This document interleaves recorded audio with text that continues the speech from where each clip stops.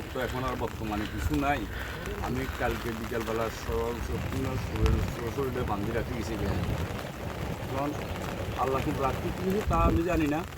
এটাও মনে হয় যে সত্য এটা আল্লাহর প্রথম অ্যাক্সিডেন্ট। এখন তো আমার আর কিছু না, 19,00,000 মাল আমার বাপরা শুধু এটা করি গেছে, আমিও এটা করি খাই। এখন তো আমি এটা করি খামার করে ডাবা বানাচ্ছিলাম।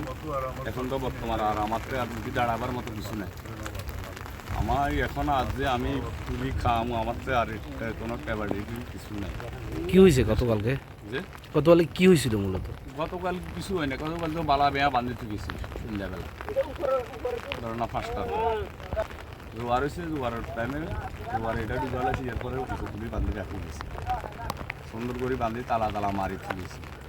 তেল হিজার পরও রাত্রে কী হয়েছে তা তো আমি আর চোখে দেখি নেবেই। এটা তো এরকম অ্যাক্সিডেন্ট। এখন তো আর আমি আর কথা বলার মতো আর কোনো শক্তি নাই, কিন্তু আমি নিজেও বাসা করার মতো কোনো জানি। আর আপনারা তো নিজের সব জমিয়ে দেখতেছেন, কিছু করে জমিতে বাসি গেছে, কিছু করে গেছে, কিছু করে এটা জায়গাতে আছে প্রায় 300 বিঘা, 200 বহবে, 100 চাঁবি, 300 নেওয়া হিসাবে। আর সরকার যদি কিছু করে বা আমি এরকম কিছু করে পাবো, নইলে তো আর আমার আর বাঁচার মতো কোনো সুযোগ নেই। এটা তো আর কোনো আমার কিছু নেই, লাইব্রেরির কিছু নেই।